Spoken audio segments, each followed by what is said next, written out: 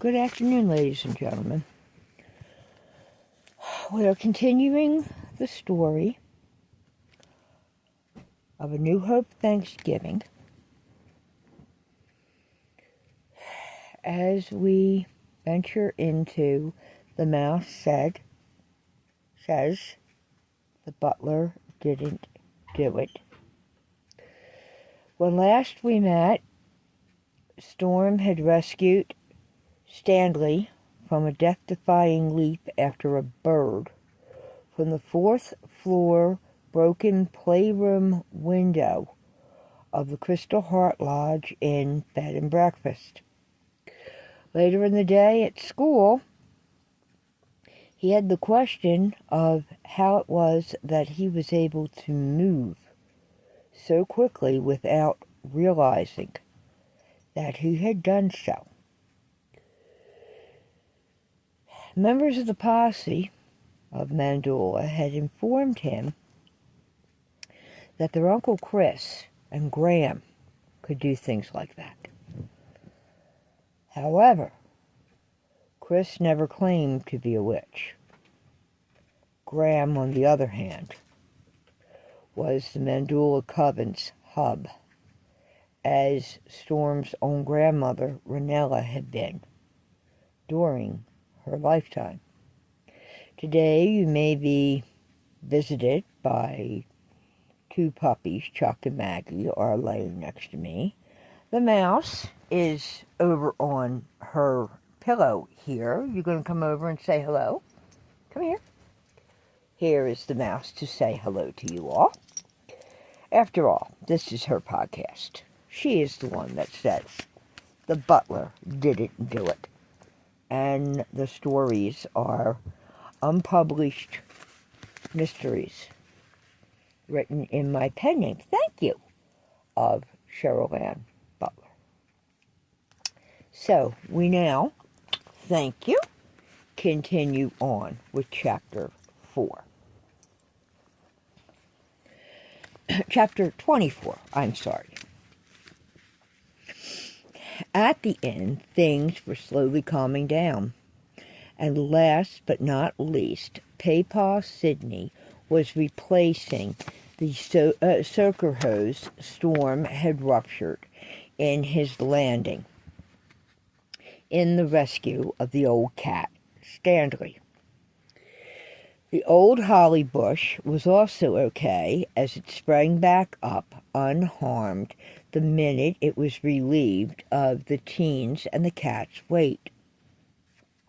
And the sycamore limb that had caused the entire problem had been cut into firewood and was being stacked in the private family room by a very shaken Ethel as she watched the flying cat, now resting on a pillow and slowly snoring.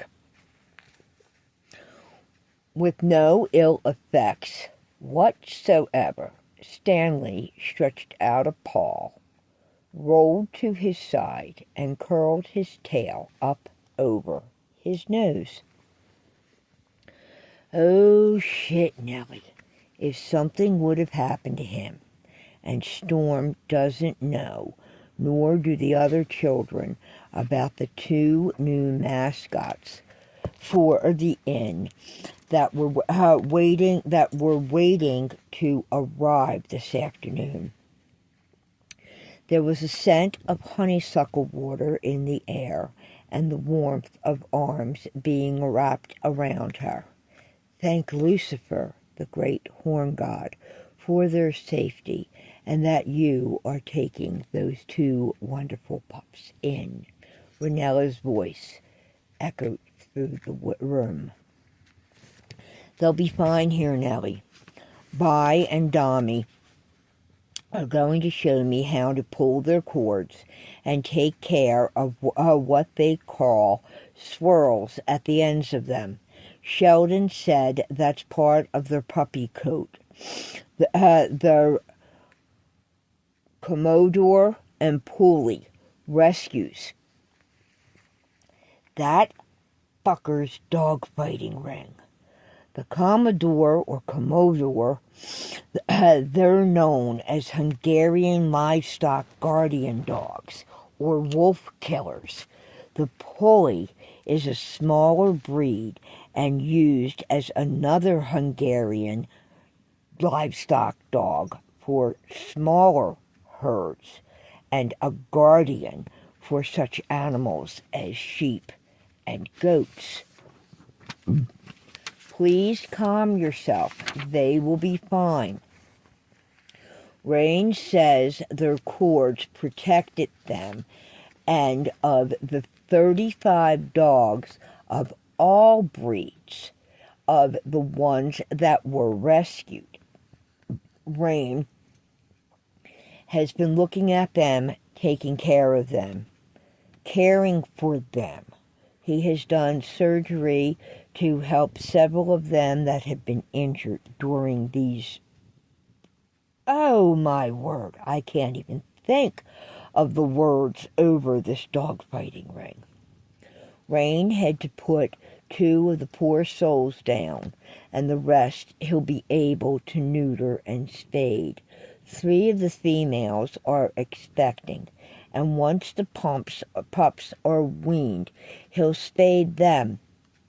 Several of them are so gentle they'll be able to be placed, like the little one that Jonathan has left his brother know about. She's a little Chihuahua, teacup, long-haired. The others will work with. Now we need to think of names. You got any ideas, my sister? I'll bring it to the table tonight when they're introduced. Baka for the male Commodore. It translates to soldier.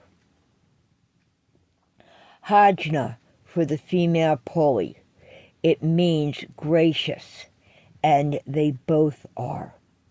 Beastly is proud that you took them in, and he's always watching over our Graham. Her voice slowly dispersed and lifted through the area. Tell him we love him and miss him, and you all accept. He's being. Bye for now, Effie. I love you, my queen, my sister, my priestess. Ethel heard her youngest son approach. Mom, take a look at how beautiful these 2 are. And they made friends with Lady Lobo, lucky and free already. Graham stood with the 2 dogs that looked as if they were string mops. The white was the male Commodore, and the black was the female Pulley. Adorable, Ethel smiled as she knelt to reach out a hand. Chapter 25. Wednesday morning, Storm had found the ladies of Mandula would meet before 5 in the morning at the dining hall tables. The weather on the day was going to be bitter cold, with another storm coming in. On the evening before, the vote on the names of the dogs was unanimous. Baka and Hajna were settled in the registration desk area in 2 large padded beds with blankets if needed and an abundance of toys. However, Storm had working early on that day, screaming with nightmares of feeling trapped in a glass coffin with the canal currents rushing around him.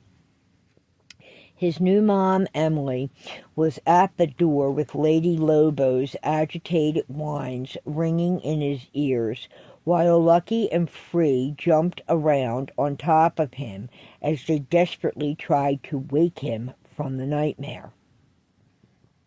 He'd been screaming, and she folded him in her arms, with Ethel standing by the side of the bed for comfort and support.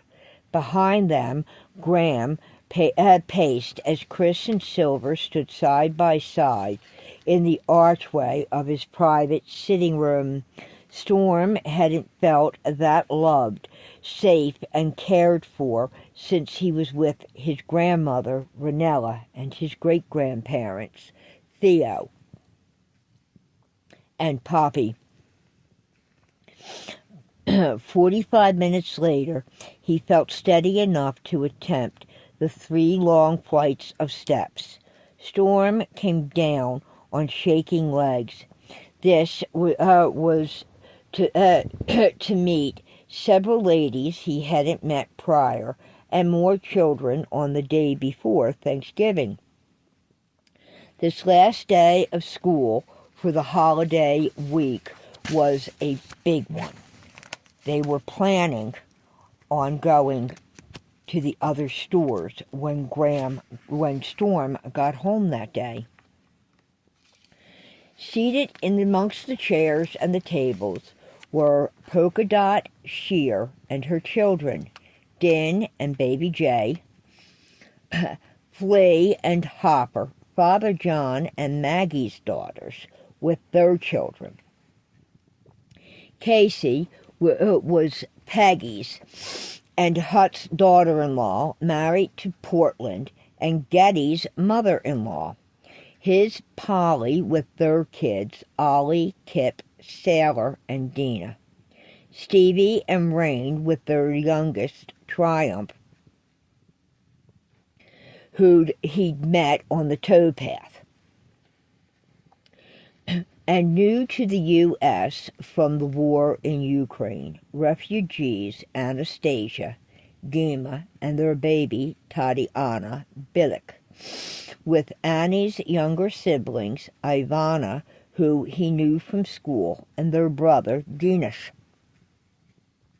Miss Cookie and Beth Anna's mother, Jaya, were there with Riza, Dacula, and Lou.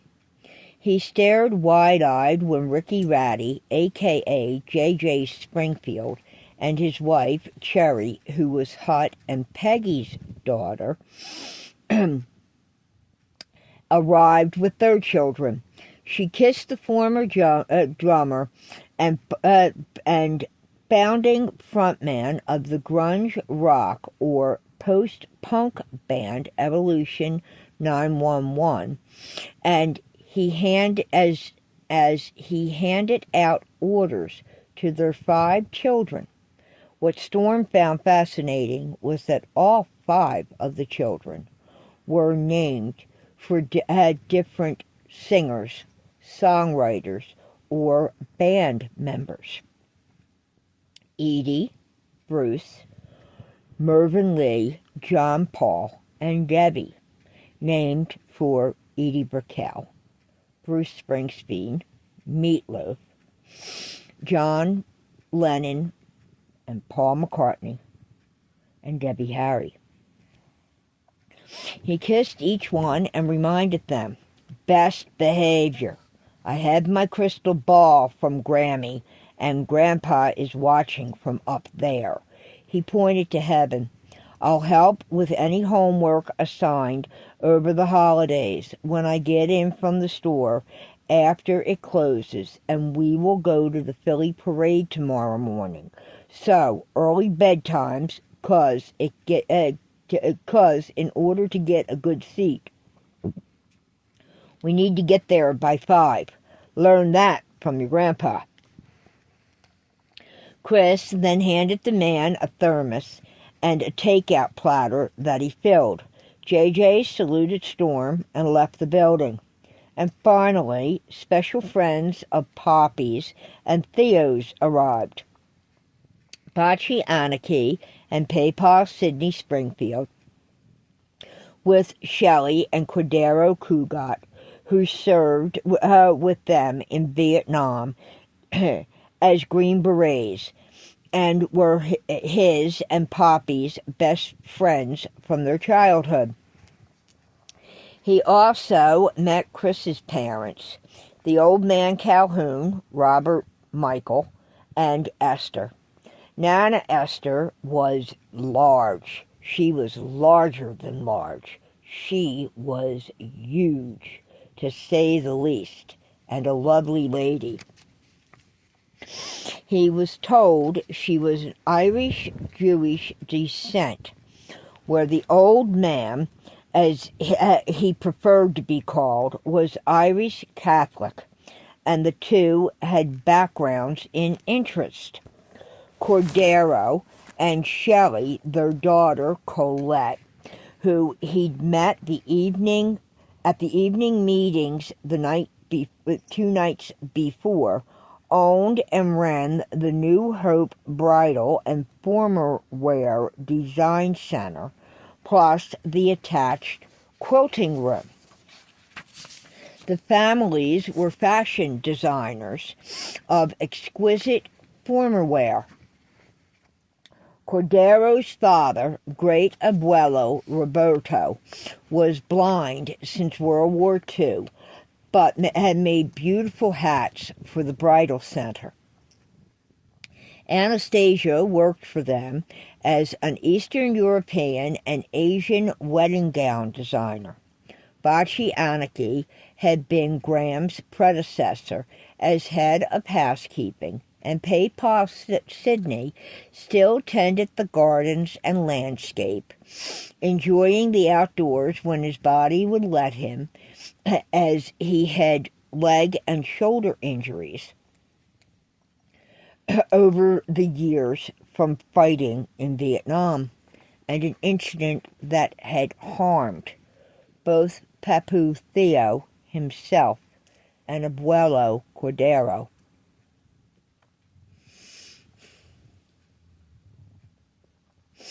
He had been the inn's master landscaper, as was his father before him, and generational family members since his ancestors had fled Martha Washington's ownership while they were in Philadelphia, as Philadelphia was the first presidential capital. He was hidden by the ancestors by the descendants of the original Papadopouloses, who hired him on and later purchased his freedom and that of his wife and children. Sonny and Mac's granddaughter, through Jess, Mickey, threw her arms around each of the Cugats and hugged them fiercely. She gave a kiss to each. She held tight to Cordero in her high-pitched 10-year-old squeal that pierced through the air with the tinkle of tiny bells, yelled, "Abuelo Cugat!" followed by his response of "Mia bella niña." This as he knelt for his big hug and kiss and picked her up. "How is Papito?" Mickey caused Storm to smile as she turned to point to her father, Jess. She was so tiny she looked like a baby doll, but this was the littlest. But this was caused by her being a little person with dwarfism. Emily and Silver had explained the situation with her mother and father, and that she, like Jess's family, had psychic gifts, and that in of herself was a witch as part of the Mandula Covenant. "We fired rockets off last night with the Billick family and Uncle Lightfoot, and we watched a DVD of Irving Berlin, an American song. Do you know he wrote Grammy's favorite Christmas song, White Christmas, and it was written for the movie Holiday Inn, not White Christmas, as a lot of people think. That movie had Fred Astaire with Bing Crosby. At the age of 10, she was barely 3 feet in height, but her IQ, he was told, was well over 139, basically off the charts. See, he wrote many beautiful favorite songs of us Americans peoples, and if you asked Ani and Dima, I would bet the Russians and Ukrainian peoples very much enjoyed the song and the music as well. During World War II, a favorite of his songs sung in battle during December was that very song. You asked Great Abuelo Roberto. It was used to remind the soldiers of their homeland. And do you know Mr. Berlin was of a special Jewish nation? He was born, I believe, my father said, in Brooklyn, New York, in New York City. Yes, and after we watched it, I wrote one of my letters to my pen pal, Bubbles Wolf. She's the friend that lives in Bar Harbor, Maine. She has gifts like Aunt Stevie and I. That is very good. She is a clairvoyant or a vidente, no? So she understands our little Nina. She and Bubbles is really good. Storm met once again, this time shaking hands with Mickey's father and satellite teacher Jess McMichaels and Dima Billick, his elementary school teacher and assistant. However, on this morning, Dan Lightfoot wasn't there, as he gotten a late launch for work at school. Mickey was telling her Abuelo Gugat a funny story with hand gestures, included about how she stuffed a Pop-Tart packet in Dan's mouth and his a bag of food she'd thrown together made up of cans of tuna, jars of peanut butter, and her favorite raspberry jelly from her Uncle Chris at the inn. She'd stuffed in a couple of rolls that they'd baked the night before. A banana and peach went into the bag as well.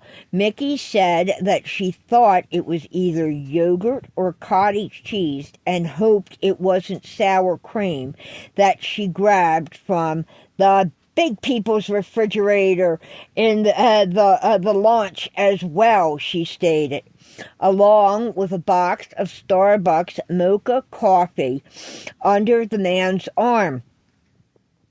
With a can opener and one of the baby spoons she'd swiped off of Ani when she had rushed in to see if the young mother had a clean one of Tatiana's. She put her hands on her hips as she glared at her father. Apparently, her father had forgotten to turn on the dishwasher the night before, and they didn't have any clean silverware. Jess had smiled and shrugged. This was all done because she had one of her premonitions that morning at Jess's house. She had them all laughing as Jess and Dima nodded their heads in agreement. Later, the ladies left and the younger children disappeared for the last day of school and daycare before the Thanksgiving break. The men had gathered for breakfast, which then included Dr. Rain Thompson, who Storm was grateful for yesterday, and Stanley's being taken care of. He had suffered 4 large cat-sized paw prints, to each forearm, and a nasty bruise to his back that was a whopper from the landing in the holly bush. The cat, on the other hand, in his side of the flight, had a sprain to one rear paw, and Rain had removed a piece of holly from his coat. The bird he'd gone after hadn't fared as well.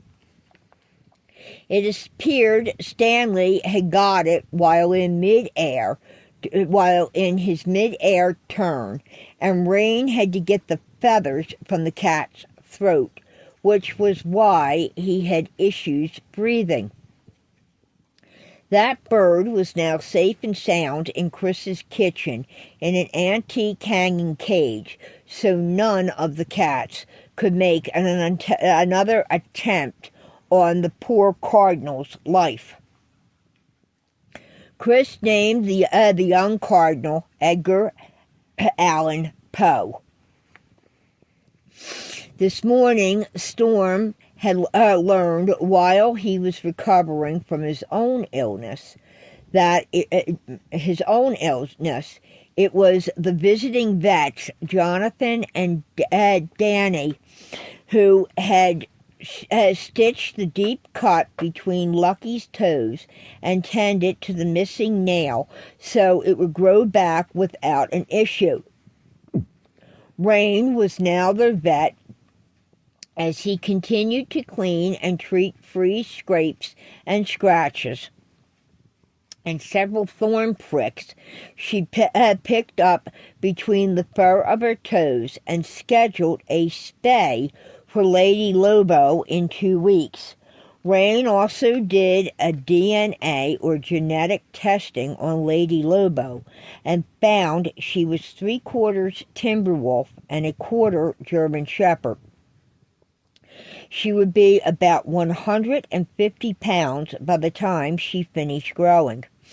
He'd also met Auntie Liliana, the flower lady, who was JJ's, Daisy, Alistair Lee's, and Montegre's mother, and her huge service dog, one of the Coco Chanels, a Napoleon Bull Mastiff who could drown a pit bull in a puddle of her slobber, and Aunt Liliana carried a large bath towel to wipe her mouth of the drool. Finally, he met the all-inspiring Shekel Shear, who to Storm's surprise, was dressed in a beat-up pair of jeans, Ked's high-top sneakers, and a ratty Camaro t-shirt. He pushed his thick glasses up, then finger-combed his long black curls into a semblance of a messy ponytail as he twisted it back through a rubber band, Silver and Emily's enormous son, Izzy, and the giant he'd remembered from the baseball game, had handed him as they talked about the Flyers hockey team season and their chances this year for the Stanley Cup. Izzy, he was told, was a former center for the Philadelphia Soul, an indoor arena football team, and had played for the Eagles on the second string the year they won the Super Bowl. Izzy had held out his right hand to show him the championship ring. Jess introduced Dima, and they talked to Graham about a cleanup project of a local island and home the Billocks had purchased from the Cougats. The Crystal Heart Lodge Inn B&B dining hall appeared to be the place to be for breakfast. There was the fact that the school's buses and daycare pickups were at the covered benches that his grandfathers had built years ago and were at the end of their half-mile drive. This meant it was the morning's launching pad, and this had been going on since the school had been built on the original land by the Papadopoulos family in 1760. The high school was established and opened in 1931, and Nicholas Papadopoulos, Theo's father, had graduated in the class of 1942 and served the U.S. Army in World War II. The shelter was built when Theo started school in 1948 by his grandfather, Aristotle. Chapter 26. On the Wednesday afternoon, Silver picked Storm up at school and took him to Mystic Moments, where he was able to meet Caleb Gale and Tony Bongiovanni, Belladonna and Raven's fathers. He spoke to them and Garble Crowley about his mother's murder and felt secure enough to trust them and turn over the padlock key for them to start the investigation in the attempt to find out what had happened and where the key's lock may have been used in what storage units. Emily then turned the store over to Kimmy and her two assistants, both male witches, who looked nothing like he would have expected. Edward was tall and looked like he played basketball, where Jonathan was a bit shorter but built like a linebacker. Both men had long hair. Edward's was a fiery orange, as Jonathan's was a deep auburn, and he sported a full, luxurious beard. This was done so Emily could act as a tour guide for him to introduce Storm to the town of New Hope, where he was born and lived for the first 5 years of his life, and now he had chosen to live the rest of his life here. But first, you need to meet ours and your Grandma Renella's Merlin and Grandpa's nemesis. Kimmy smiled, then pointed to the big white cat, who was a short hair, but had piercing molten gold eyes.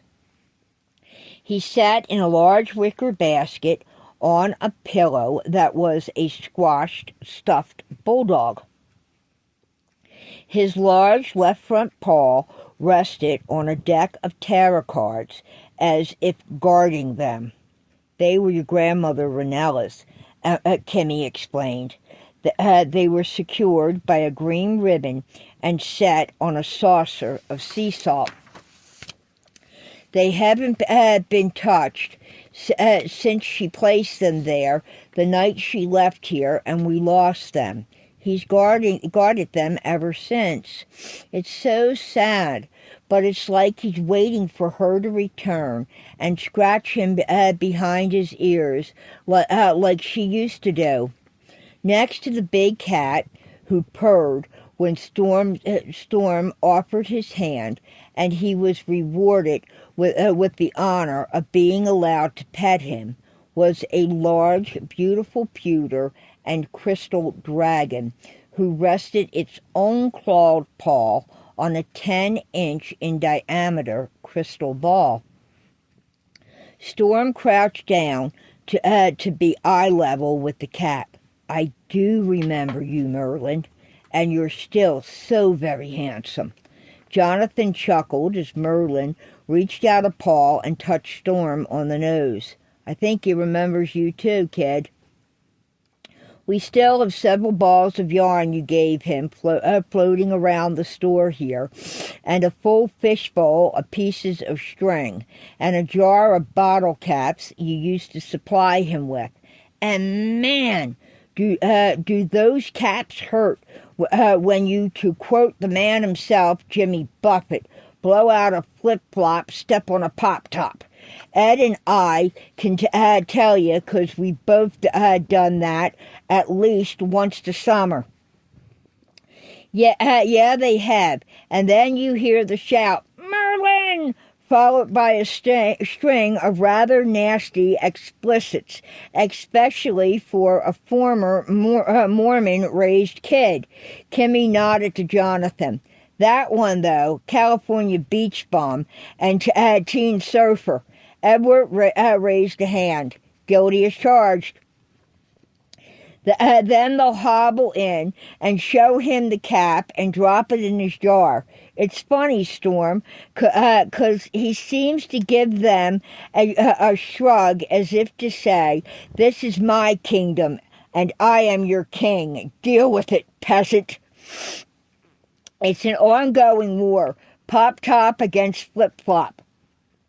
His Pop-Tops had won every battle. Ed smiled and offered the cat a treat. I'll try to start that up again. He deserves it. I promise you that, Merlin. It's a promise, kiddo. Meow. The cat seemed to smile as his whiskers twitched while he chewed his soft treat. This was your great-grand's poppies. Jonathan smiled as he indicated the crystal ball. It's polished only when Merlin tells us it needs to be by sneezing from the dust it can gather. Storm's gaze shifted to it. His eyes focused as he slowly straightened. Then they dilated and came back into focus. He stepped back to look at Kimmy. Storm, are you okay? She looked at him with a raised eyebrow. He gazed into the crystal again, then stepped towards it. I don't know. What I got going on, what to call it, the feeling I'm getting, I mean. You like being pulled to it? Kimmy took his hand. It's called being drawn. You have a gift. You inherited it from the family. Reed may have had some. Your father is very gifted with the shine.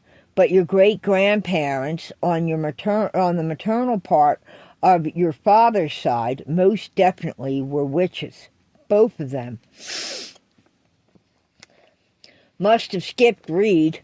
He was an idiot and didn't believe in anything he couldn't lay his hands on or that he couldn't make a buck off of in the sale of it. Emily had explained to him as he sat behind the sales counter.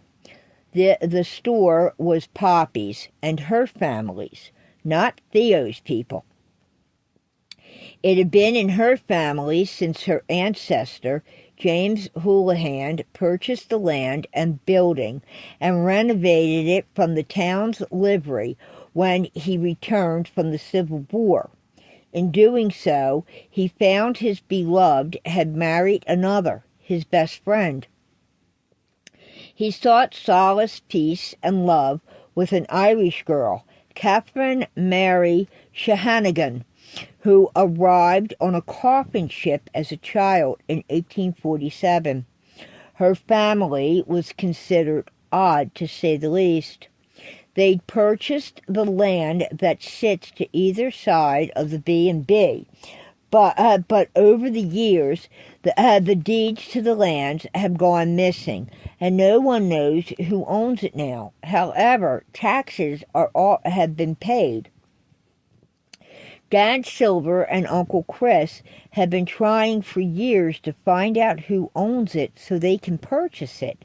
They want to bring the land back into the family, and as part of the south side connects to Graham's property, back in the neighborhood through the woods and on an abandoned property, and that of the Khrushchev family and Chris's parents' lands.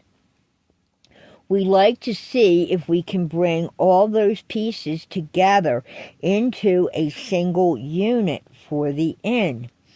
It's where your grandmother Ranella used to set up a treasure hunt, and the men would teach the kids about land elevation and following maps on our family gatherings.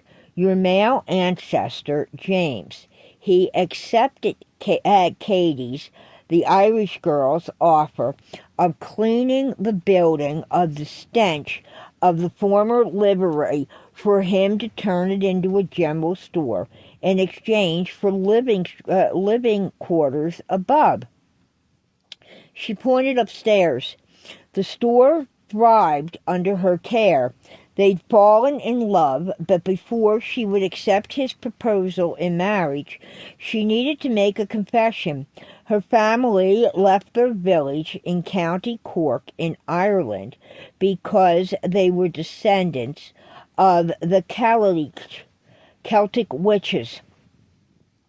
Her aunt on her mother's side was Biddy Early, a healer and wise woman. She herself was, in fact, a practicing white witch.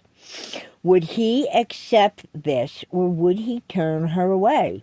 That was the question. Emily put her arms out and turned in a circle. You tell me his answer, Storm. Here he was in his family's store, 150 plus years later. He smiled. He accepted it, I would say. He did indeed, and asked her to teach him her ways. He became the first male witch in the family. This is part of your inheritance also, Emily explained as they left the store with him petting Merlin once again. Thank you for keeping those cards safe.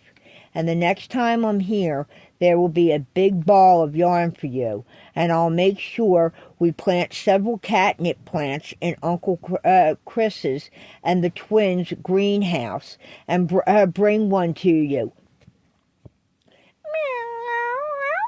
Merlin cocked his head. You definitely got his attention on that one there, Edward smiled. Storm's and Emily's first stop on their tour was the Starbucks for an iced coffee for her and a hot chocolate for him. Emily pointed to the Bucks County Playhouse. Once upon a time, it was called the Playhouse in the Park Theater.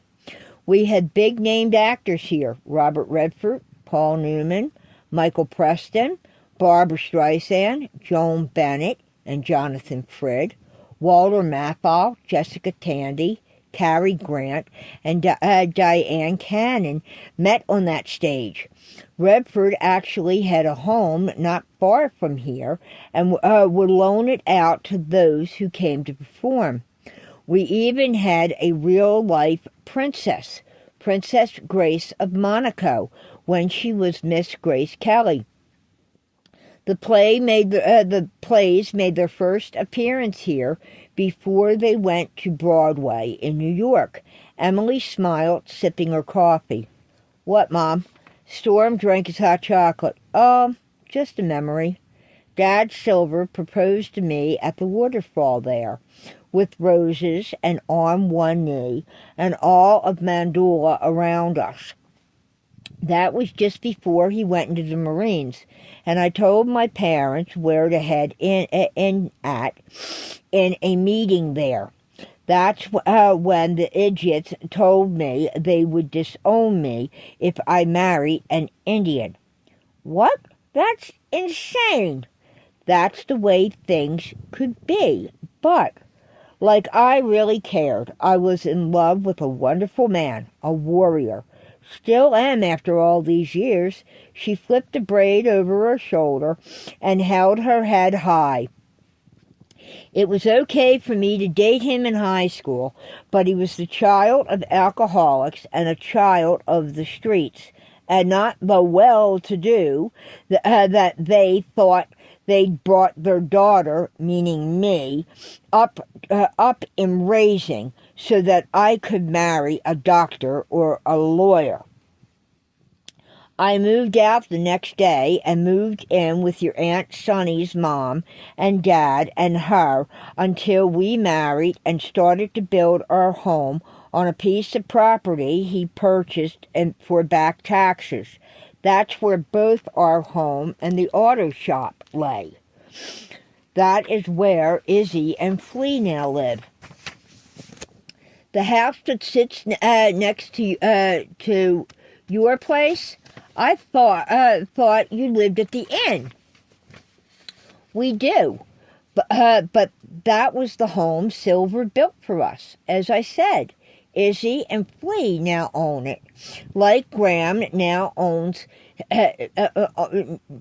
Now Graham.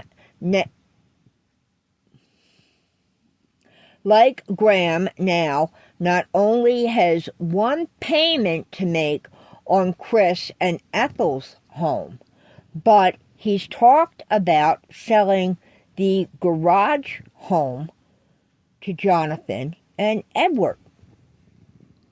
They had brought that off of Nana Esther and the old man when they married. Not that I wished it, but both my sisters, who married better than themselves, and my brother, who thought he was better than my warrior. Well, Storm smiled. What comes around goes around. It's karma, Mom. Yes, it is. They're all older than me, and are all three, sadly, they've earned their comeuppance. They're divorced. Their exes happen to be very good friends of ours and own businesses here or volunteer at the state park or the historical society. All three of them are self-published authors and highly respect Dad and his sisters for their knowledge of the Arapaho traditions and history. They are very nice folks, and you'll meet them as time goes by here in town. You met Dakota's dispatcher and Becky, Laurel and Heather's aunt, the other night. She's my oldest sister's daughter. Her father raised her after their divorce.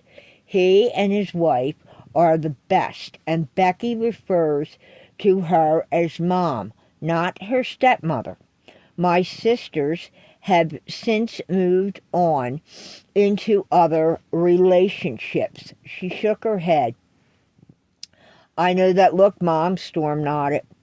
Well, it's been several relationships, and my brother, sadly, she sighed, he is on his 5th marriage and heading into another divorce. Mom and Dad have since learned to depend on my man and be grateful for him always being so steadfast, where my siblings haven't been in touch with them for well over 25 years. That's so disrespectful. I'm sorry you and Dad have to do this on your own. That's the way we are. And Silver and I are glad to do for them when they can't, she smiled. They slipped down the side street past the Whole Foods Market to stop at the Books and Binders and met the owner and proprietor, Mercury Farmington. Chapter 27. As they entered the store, Storm looked around the historical building. Emily had led them up to the counter. The man who stood there drinking his coffee gave a nod as Storm looked wide-eyed at the man's long hair that was an outrage of multiple and varied colors. He was over 6 foot and built lean but muscular. The Farmingtons have owned the building for over a century. She grinned as she leaned in like a conspirator. This is your great-grandmother, Poppy, her dealer for her Stephen King fix. Well, oi, hello there. Is this Storm? Or Pandora had been telling me about. The man offered his hand. Storm just knew he heard a definite accent. Yes, hello. He glanced down at his arm and offered his left hand. Mercury fist-bumped him. Your family and that of Mandula. Incredible folks. Reed, what can I say other than, sorry. A diminutive black cat with a silver ball that contained a crystal clipped next to her name tag on her sparkling red and gold collar sat cleaning her paw on the counter. As sudden as if wind had engulfed the store, a very big black cat landed next to her, sailing off of a shelf at least 10 foot tall and over Mercury's head, having items jump and rattle and tumble, which caused Mercury to grab his coffee mug as it started to tip and spill his coffee onto the counter. He had just set it down when this occurred. "Bloody hell, not again! Oi, Terminator! Be careful there, lad. Me Java don't need to be all over the bloody counter." And he glanced at the little female, who continued with her grooming as she sat there undisturbed. "Albeit your love of your life is sadly as deaf as a coffin nail. But still, ye be having some respect for little Miss T3, and not be knocking sheet about, please." The enormous black male wore a spiked green and silver dog collar with another silver ball, holding a crystal next to his name tag. It looked for Mercury, who mopped up the spill, then to Storm and reached out a paw. Storm gently took it. "Hello, Terminator. I've heard about you, and I see you're of the House of Slytherin, where your lady is Gryffindor. How interesting." The cat turned to stuff his face in Mercury's cup and took several laps of the man's coffee before Mercury could reach over and grab it to stop him. "Rain'll be killing me! Ye know coffee ain't for ye, ye dim-witted beast. It sets you off the likes of a whirlwind. He's a menace, but we wouldn't trade him for the world. Herself keeps him honest, as a Gryffindor should, as he be Slytherin. He's more than likely Snape in disguise." Mercury petted the cat, then scratched behind T3's tiny ears. "Where I be thinking she be McGonagall. He actually has a wee bit of fear of her when she starts into her tizzy fits. They keep the mice honest. Though as deaf as she is, it's amazing to watch her in action. And if it turns out to be a river rat, which occasionally we wind up with, the big guy is her backup. And all so protective of his lady. Aye, he be." He definitely spoke with a lilt of Brit, but yet more of an Irish brogue. Mercury is a graduate of Oxford University and a Rhodes Scholar. Then Emily turned to Pandora as she explained. "In 2 years, Pandora will be attending Oxford, and over her summer, Juilliard's School of Music in New York City." The blonde teenager he met at school and who had dated Rain and Stevie's Harley waved. "Hopefully, with Mr. Jess's help and Mr. Dan's music lessons," Pandora smiled. "Congratulations, Pam. And Mr. Mercury, I wholeheartedly agree with you in your statement about Reed. He is a complete ass." Mercury threw his head back and laughed. Have yourself a look around. If you find something, give one of us a call." They looked around. Storm found several books he purchased to restart his own collection and replace the ones that had been stolen from the apartment, plus a few Stephen Kings he noticed that weren't on the bookshelf of the private sitting room. Storm asked about a couple of books that took both Emily and Mercury by surprise. They were on antique silver, china, and furniture. "I like history, and I used to check the Christie's auction and research the maker's mark of items. It's really neat how the silversmiths created their own governing of what was sterling, plated, and electrolysis, along with the difference in hollow items. And I've been fascinated about Asian pieces that the British would import when they were in charge of things in China, and the Japanese lacquer items from pre-World War I are really pretty. Is that what you're looking for in the library during study hall today? Pandora asked. Yeah, I had brought a couple of books off of eBay on the subject, but I lost them when they put me in foster care, he explained. This way, follow me, Pandora waved him over. Storm followed. Mercury looked at Emily. Lost everything, didn't he? Yes, he came to us with clothes on his back, some second-hand things that don't fit him too well, his camping supply, and the dogs. He was wearing Papu's Green Beret jacket, and of all things, Graham's old friggin' rig, Tilly-Tally, he was riding on. Jesus, that fucker Reed. Storm came back with several books.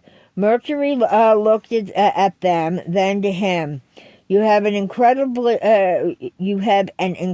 used book area, Storm smiled. Thank you. Mercury rang them up and bagged them. Chapter 28. Popping out of the door, they went to the next door in the block for him to meet once again Tsar's daughter, Queenie, Mercury's wife, and Diamond and her husband, Colt Almontoff, who were Alexis's parents. Then Tsar's son, Salazar, and Colt's younger brother, Victor, who they called Slothy for his love of the South American sloth, and the collection of all things three-toed, sloth. When Salazar turned, Storm had to force himself to freeze where he stood. He knew Salazar as a child, and the man looked nothing like the child Storm remembered. Salazar was larger than Ilya, but said nothing as he sized Storm up through his very different look. Emily had explained on the tour about the reasons for the 20-year-old's non-appearance on Storm's arrival at home, that they'd have to go to him and to Slothy in their father's and their tattoo shop. This was where he and Slothy felt most comfortable. On their own turf, Emily had said. Mercury would have phoned the minute Storm had gone into the shelves with Pandora, and would have felt the situation out, talking to the men without others being around. Then he'd call them to let the others know what he felt when Storm and Emily had left. Also, Colt's bullshit meter had done its own registration last night, and he'd given his own opinion to the men. But it wouldn't be until Slothy and Salazar singled that it was okay that they would all relax in the situation. Slothy looked like he was in his mid-30s. He was wheelchair-bound and obviously had some form of brain damage, but was highly intelligent and spoke in ASL. In that brain, he had the knowledge of history of the area and the ghost and the hauntings. Slothy was a published best-selling author, both in the U.S. and in the U.K. and Europe. The tension was thick until Storm spoke. Hello, everyone. It's nice to finally meet you again, Salazar. I haven't had the honor of meeting Mr. Almontoff, though, but I have read several of your books on the study of the history. They are incredible, and I just got this one on New Hope here. Opening his bag, he took out one of the books he just purchased, The History and Haunting of New Hope. The only new one he'd bought. Slothy motioned for the book. Storm handed it to him. He held out his hand to Colt. His brother handed him a green pen Slothy always used to autograph a book. "Oh, well, please, I am so honored." Storm's eyes popped as Slothy signed it. The man handed it back to him. Storm clutched it to his chest and blinked away tears. "Thank you." Slothy cocked his head to hand the pen back to Colt and looked at Salazar. The other man nodded. Storm offered a cash-covered hand first to Slothy, who took it, then to the still-seated Salazar. Emily had said all he had to do was just be himself, and the men would accept him. The man, or giant, as Storm thought, stood out of respect for Emily. When he turned his head to use his good eye and saw her. "Hello. Hi, Aunt Em. Is this Storm that they told us about last night?" Salazar opened his arms. "That is what was left of them." The right arm ended in a hydraulic prosthesis. His left ceased at the elbow and continued into a hook. The thick, long blonde hair was held back in a ponytail that hung to his waist. However, the front was parted from the left side to the right length of bangs that swept over the damaged-nosed, twisted lips and reconstructed jaw to hide the devastation of the crushed side of his face. Through his hair, Storm could see the large eye patch that covered either a blind or missing eye and the horrific scarring. He towered well over 7 feet tall. Storm judged it was possible he was 7'6" or better. He was the biggest man Storm had ever seen, even bigger than his Uncle Tsars or Rasputin, and they were almost 7 foot in height. Must run in the family, or there's something in the water that these guys drink. Salazar accepted Emily's hug. His body twisted to one side as his right shoulder dropped at least 6 inches to compensate for the crippled right knee and the specialized shoe and brace over the reconstructed lower limb of his left leg. "Hello, sweetheart. How is your Hope, Duchess, and Captain?" Emily held him tight in her arms as the massive-sized man engulfed her. "How you doing?" "Good, and God bless me with her. She's growing like a weed, and those two are eating me out of house and home. And damn, they are protective of her and my angel." He set his sights on Storm, lowering his head to look through his good eye. "Hello, I'm Storm Dokken. Unfortunately," he winced, "I'm Reed's kid." He made a face as he looked about the walls. "Wow, your art is incredible." He turned to look at a demon. "These are so realistic, except one thing." "Oh yeah? What's that?"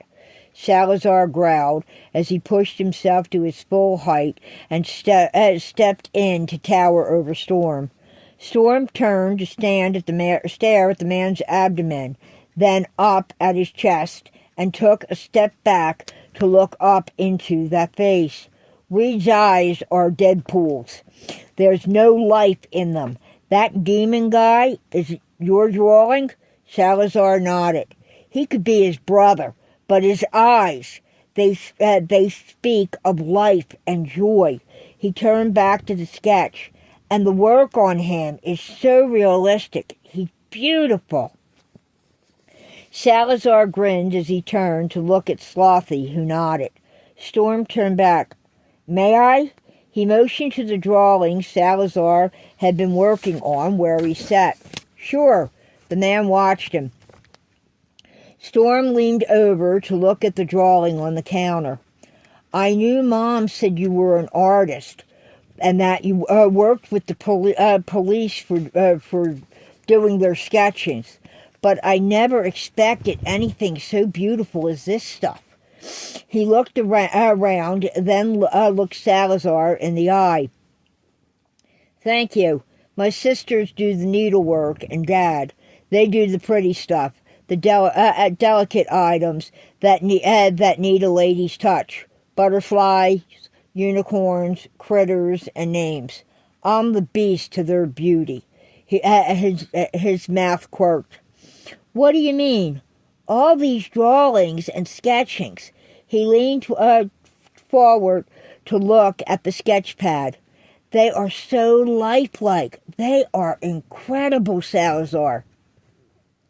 The sketch he looked down at had a ghostly figure, yet was so beautiful in a heart-wrenching and so much of life reality of a sketch of wonder, power, and inspiration. The Grim Reaper on a black stallion with green eyes. The huge horse snorted fire. It was so beautiful as one hoof had just struck the ground and emitted sparks. It was enchanting. The scene in that of a graveyard as the Reaper extended a hand to a child's ghost that held a baby doll. Her face was bruised as she looked back, and a little ghost puppy followed with a ghost kitten in tow as they looked at the man who laid against the tombstone. A half-empty bottle of booze had fallen to lay against his left leg, while a handgun was in his right hand with half his head blown away. The part of the etching of a ghostly spirit reached out to the Reaper. But when Storm looked at the legs of the man's spirit, they were wrapped in clawed hands that came out from within the ground. He was being pulled downward as he appeared to look out of a terrified face. Oh, he looked at Salazar. I so get this. This is fantastic. He held out his left hand. Salazar's scrunched face broke into a burst of 1,000 stars. He bumped his hydraulic fist with Storm. You really get it? The little girl and her tiny critters are going to paradise to play together forever, where they'll be safe from any harm. But he's going to be paying for what he's done for eternity. However, she still loves him after everything that he's done to her, her puppy and kitten. The man nodded. You get it. You're a righteous dude. Forgiveness. That it's hard to do so. Salazar took his seat, still nodding. The tension was gone from as Slothy gave a double thumbs up. Storm placed his hand on the man's shoulder for his own balance to lean in to watch him continue to sketch. How much would that cost to have done? Salazar looked up at him. Inked. It's what Dad calls it. Inked. What would be the cost? Well, you got to be 18, Storm. Legal age, and there's no booze or drugs allowed in here, or Colt cuts loose and whoops some ass. We let him. And let me tell you, my brother-in-law, next to Mercury, is a fucking badass. And Aunt Em would have to okay it before I let the girls do the art. I don't hold the gun anymore, but he slid the pad towards his brother-in-law. It ain't finished yet, Colt. You're the mathematics man in here. Colt looked down. I wouldn't do anything less than full collar on this job. You putting your thorns and rose around the border? No? I was thinking the cluster of lilies here. He brushed the side area behind the horse, just outside of the non-existing frame. Oh, God, that would be gorgeous, Storm whispered. White lilies? Colt asked, with a drop of blood and a glistening of dewdrops, as if they were touched by tears. Colt nodded. Easy, 6 bills. Salazar bit his cheek. 600. He looked at Storm, then Slothy. Both shook their heads. What? Slothy gave a thumbs down. I agree with Slothy. That's not enough to charge for something with that amount of work that's gone into it. A Philly artist on South Street or one in Trenton or Newark would easily charge $1,000 or more for that kind of work. Queenie leaned on the counter. She looked at Diamond, then back to their younger brother, and over to Slothy, and back to Salazar. Told you. She tapped at him on the forehead. Your artwork is a piece of art, not just tat work. Salazar, when you finish the drawing, would I be able to pay you for a copy of that so I could have it framed for my bedroom wall? I want to be able to look at it for the next 3 years. He ducked his head and gave a conspirator whisper in Salazar's ear. And I'll have to save up for my 18th birthday. It's going to take me that long, I think, to convince Mom there. He jerked his head towards Emily, having Salazar laugh. You're at the inn, right? I'll give you a call when it's done, and I'll have Colt make a copy. Dad runs Mom's framing shop. You take it there, he can mat it, back it, and frame it on acid-free paper. I'll do that, Salazar. Thank you. Sally. Excuse me? Sally. S-A-L-L-Y. That's what family and friends call me, and you are that. Family. I remember playing with you when we were little. And don't worry about Reed being your old man. Colt and Slothy's was for shit, too. Dad, Ma, they were there for them. So was Mandula. They turned out pretty damn cool. It ain't always the ones who give you life. It's the ones who give a damn about you and love you. That counts in the raising of you and how you turn out. Sally, thank you. Storm blinked several times and coughed. Okay, you guys and gals, I hate to break up the party, but we need to get to G and F. He needs a laptop for school and a printer. Homework does call. Emily leaned down to kiss Salazar's cheek and give a big hug, and to kiss Sloth. I'll see you later. Bye. And Sally? Yeah? Just thanks. He gave a nod as they left the shop. Chapter 29. They walked along when Emily glanced at him. Storm, you have a question or two? No. Ilya gave me a heads up. He explained that Sloth's and Colt's old man were worse than mine at times, to a point where Colt had to put the bastard down to save Diamond, and she and Slothy got him to Raman, and Colt almost died in his arms at the hospital. That's when the Khrushchev family took over raising them.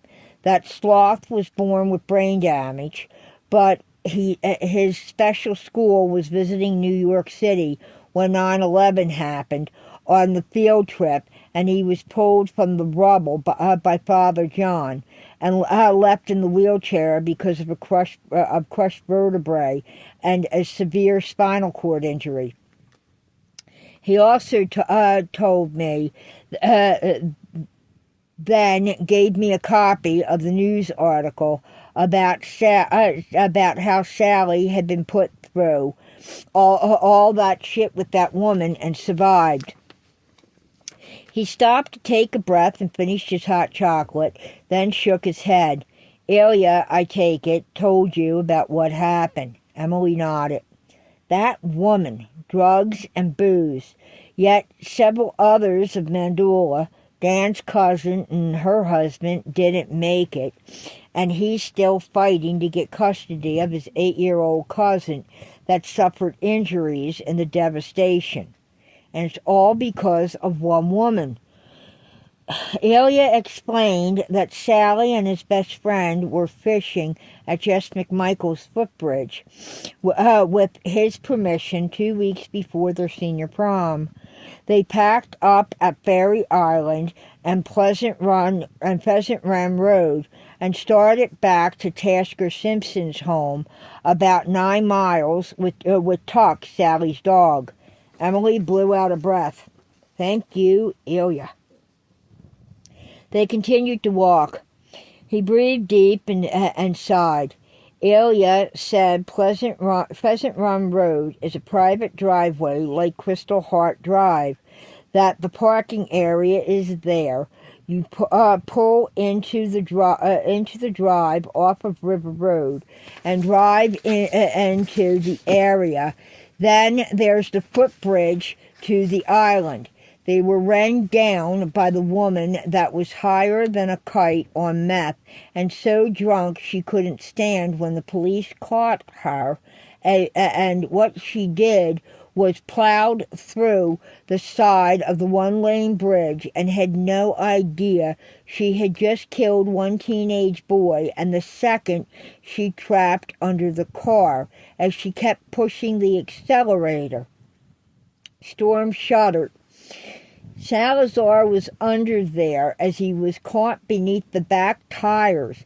Then when Jess McMichaels came flying down the path to the bridge from his house on the dirt bike, and she saw him, she threw it in reverse and ran over Sally again and slammed into Jess and tore his hamstring loose at his side. You've read the report in the paper then. Emily just stood there and shuddered. Yes, on the paper's website.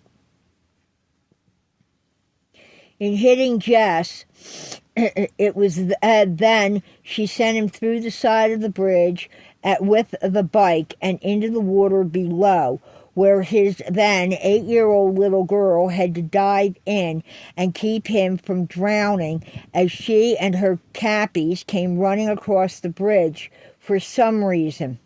That's because Jess McMichaels can't swim.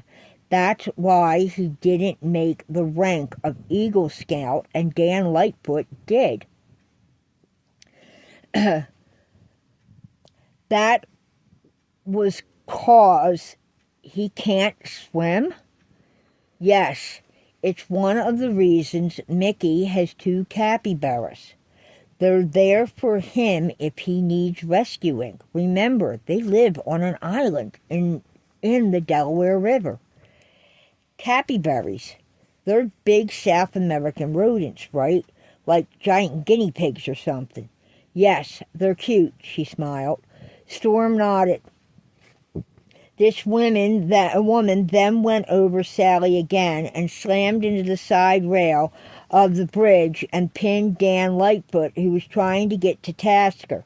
But he managed to roll over the rail and into the river and swim to the bank. She crushed Sally a 4th time when she swung the car around and floored it, running over Tasker again and killed him. Then hit Sally's Tuck and ran him over. Her back wheels threw him into the water and Dan rescued him. Emily sighed as she wiped her eyes and blinked to hold her tears in check. Storm dropped his head. The only reason Sally survived was because of the size he is. She drove through the main street, running up over the walkways. She hit 22 people, including hitting and killing Dan's cousin and her husband, and devastating Dan's family even more by leaving their boy with severe brain damage. She took out several fences and sidewalks, eating areas, and sideswiped numerous cars that she passed as she forced her way through the street and drove over the walkways to get through traffic. One of those she hit was Dad's restored 1950 VW barn door microbus. And another thing that happened, one of Aunt Liliana's dogs, one of her Cocos, Emily nodded. Yeah, she ran through Liliana's front courtyard area and literally crushed her flower cart. We had that rebuilt, and, well, her old boy, her Coco, number 8, he no longer walks. He's on a cart and cruises around that way thanks to rain. Storm shook his head.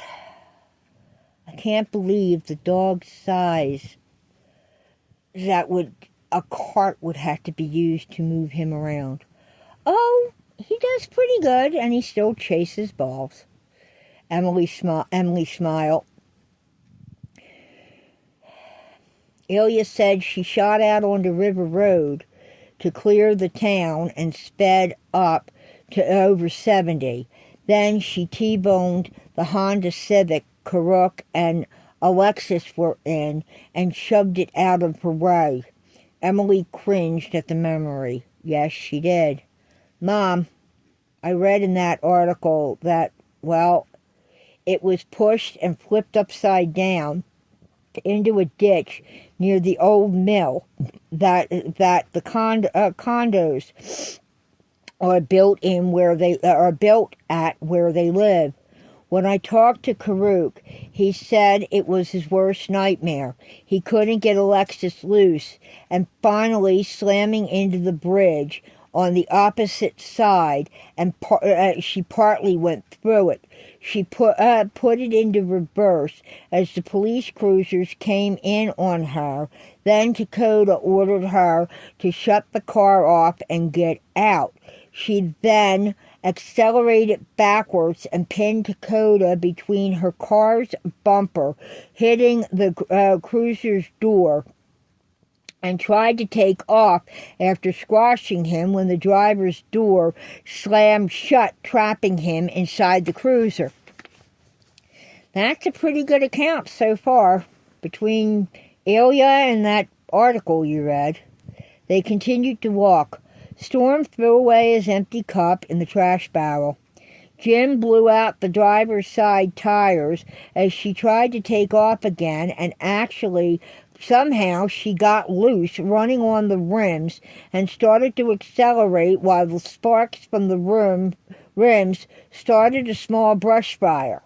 It hadn't rained in about 2 or 3 weeks. Kimmy's mom and her partner gave chase and forced the car off the road, but when they approached the car, she accelerated once more, and Kimmy's mom fired 2 shots into the front of the car's radiator before she was hit and thrown up over the roof by this nutcase. When Officer Smythe tried to pull her out of the car, she slammed the door, catching his arm and jacket in the door, then took off once more with him being drugged as he was trying to get his partner to safety off the roof and get this broad out from behind the wheel. Emily slowed to look into a window of a store. She needed a moment. Storm gave her several. As she regrouped, she turned to look into the eyes of this team that reminded her so much of his grandmother and her queen and friend, Ranella. Storm stood there, shaking his head as he looked at Emily. That's when the car finally slammed into a tree in Washington Crossing State Park, and Kimmy's mom was thrown off into the bushes, and really being pissed, managed to yank this woman out of the car so her partner could get free of where his arm was jammed and broken. He'd been drugged almost a mile at high speed. It's amazing the two of them weren't killed when they found she had her 2-year-old, and then they found she had her 2-year-old baby girl in the back seat without a car seat. Storm looked up at the brightness in the beautiful fall sky to steady himself. Emily nodded. At the court hearing for sentencing, November a year ago, Sally and Tuck were in the court with the entire Mandula family and Tasker's mom and sister. He told the judge, and I quote, "She needs help for the demons she fights. I live with demons every day. I draw them, but I can make them beautiful through my art. We need to help her, and that will help her family and her little girl who needs a mama, not a drug addict and an alcoholic. If I had one wish to be granted, it would be to take this little girl out of that family and raise her myself with the love, care, and understanding that my family has. She at least deserves a life better than what she has been born into with this woman as her mother and that man over there who's popping Tic Tacs to hide the whiskey smell on his breath, and she has to call Daddy. Please help them." He stood up, and the two of them went to leave. Then the little girl, about 3, stood to take his hand. He stopped. Emily wiped a tear and stood there and smiled. She hugged him, then kissed the top of Tuck's head and sat down. Sally looked at her and said, "I promise it will be okay." Then the two of them left. Him holding on to Czar's arm and leaning on his walking stick, and Tuck on his skateboard that cold and rain created for his front legs, and the wheel bar for his right rear. "I saw him in his basket." Storm nodded and blinked away the tears. "He's so loyal." "Sally won't accept those tears from you." Emily reached out and tapped his nose with her finger. "He forgave her that day, and there's more to this than the article hasn't said." "How so?" Storm took a deep breath and swallowed hard to blink the tears away. Then wiped them on the sleeve of his army jacket. "What was her sentence? Do you know?" Emily put her arm around his waist. She was found dead in her cell after they had lunch recess. She hung herself using her pants legs, tied around the top bunk, and apparently jumped.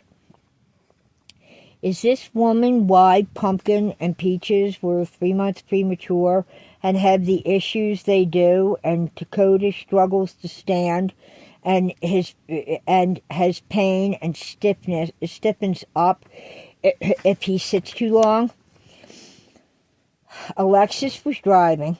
It took them almost an hour to get her out. She delivered the twins 2 days later at 36 weeks. And yes, although Dakota's hips weren't broken or dislocated, his pelvis was fractured in several places.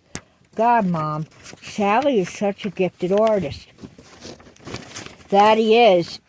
He's also engaged to be married and has a 4-year-old little girl. He adopted this woman's orphaned child. 3 days after the courtroom scene, there was a call put in for child welfare check. Cheryl and WW took the call. They had to break in the door when they heard the child crying. The male shot himself to death after he beat her and the pets and threw them in the basement and locked them in. Silver and I had custody of her for about 6 months, and Rain saved the animals' lives. She was with us until we could get things set with Child Protective Services and have Alice petition the courts for Sally to be able to take custody. It was granted, and he adopted her and the critters as well. It was finalized over the 4th of July. He changed her name from Tiffany to Hope. So cool. So the drawing, it's her forgiveness, because it's very cool. If you look close at the sketch, I know it wasn't finished as yet. There was a tombstone behind hers with a faded spirit that is sitting there and is wrapped in chains, and hanging from those chains are different pieces of drug paraphernalia and bottles of alcohol. It's her mother's ghost. He just worked out his anger because with that call for a child welfare check, they can't track where it came from. And Sally thinks she may have appeared to him to stop him from killing those babies. Wow. Our street artists, Angela D'Angelo and he, are dating since they were 15. The night of the senior prom, she went to the hospital dressed in her gown with several of their friends. He'd been woken from the medically induced coma that morning after multiple surgeries. The pain, Mom, I can't imagine what that must have been like. The amputations, the reconstructions. She sipped the last of her coffee and threw away the cup. Angel pinned his boutonniere onto his hospital gown. They brought a CD player, and as the B&B was catering the prom, Chris catered for them. When graduation came, Tasker's older sister, Melody, accepted his diploma, and Angel brought Salazar's cap and gown to the hospital. The fellas you're about to meet wired the room. Angel and he graduated cap and gown from the hospital with Jess in a wheelchair and Dan with his shoulder in a sling. They presented them with their diplomas, and it was broadcast on local television. Now they're getting married on Valentine's Day, and Hope is their flower girl, and all 3 critters are in the bridal party along with Rochester. That would be the skunk, right? Yeah. Angel will be adopting Hope after the wedding. She opened the door. She calls them Mama and Daddy, and Melanie is marrying Sloth that same day. A double ceremony at the B&B, don't you know? Oh, Mom, that is wicked cool. Yeah, it is, and of all things, it's going to be a Harry Potter themed wedding. They walked into the computer store. Chapter 30. Emily entered, followed by Storm. 2 30-something-year-olds were helping customers. One with dark hair looked over at the sound of the bells jingle above the door. Be with you in a moment, Miss Emily. Take your time. Goldie will just browse. They walked around for Storm to look at the laptops and read the information posted on them. The second man with dark blonde hair came over. Miss Emily, how can we help you? Hello, Fish. This is our Storm. He needs a laptop and printer for the schoolwork. Okay, the school has special requirements on this, but I and Goldie don't agree with their standards. They want everybody on the same page, as it were. If you follow me, I'll show you. As they turned, Storm tapped Emily on the shoulder. Mom? Huh? He looked to the customer area at the very large stuffed plush pillow on the wall behind the counter at the back of the store. Why is there, he pointed to it. Emily laughed.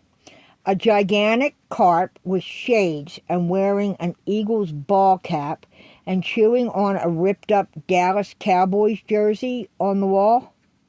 This is G&F, Storm. It's G&F, Computer and Electronic. It stands for Goldsmith and Fish with 2 F's. These two had been best friends since daycare. Kane Goldsmith, or Goldie, and Abel Fish. Okay, then it's not a carp, is it? It's a goldfish. Storm laughed. This is freaking cool. And they are Eagles fans, right? Goldie, this kid's got smarts, unlike his old man, Abe hollered. Kane gave him a thumbs up. Takes after Papu Theo. We showed him how to operate a computer with a Windows 3.9, and off he went running with the ball all the way to a Windows 10. The man had brains. He went back to explaining a printer to a customer. As Abe showed them the HP with the matching printer, Storm asked, "You know Reed?" "Yeah. Biggest ass this town ever raised, although there had been a few others that come close to a match of his asinine bullshit. Reggie Coltier, for once. Just talked to Graham. Now there's a dude that's got his shit together. Took a while, but damn, he did it." He nodded to Emily. "Storm, go ahead and play around with this thing. It's what the school wants. Now, I don't like it. It doesn't have enough memory for my liking or Goldie's, but they're not wanting you to store stuff. They figure you're going to research, write a report, and print. If you want to store it, it goes on a USB or a thumb drive." Emily wrinkled her nose. "I know that look, ma'am. It's mine and Kane's mother's look when we screw something up like a big dog, like this computer idea. He'll need to replace it before college, meaning more money to be put out. And that's if Microsoft doesn't decide to change something around and issue a new program." He turned to face Storm. "Storm, will you be using the laptop for personal research other than school stuff?" "Probably, yeah." This way, then, my friends." He walked down 3 laptops sections over. "This is the one I and Goldie recommend. My personal one is behind the counter. So is Kane's." "If you boys recommend it, what?" Emily asked. "It's $60 more than that one, but as opposed to 120 gig of memory, it's got 1 terabyte. "Crap!" Emily covered her mouth and looked around for children. Abel and Storm chuckled. "I'm sure more kids have said worse than that when they've lost their homework because the computer ran out of charge. This one will get him through high school and at least 2 full years of college. Hopefully, by that time, Microsoft won't do another screwy Louie like they did with Vista. Although I personally think Mr. Gates learned a lesson with that one of putting it out when several engineers told him it wasn't perfected, and Shekel damn near kicked his ass all over the place and mopped up the floor with him, and the help of Esteem Shear.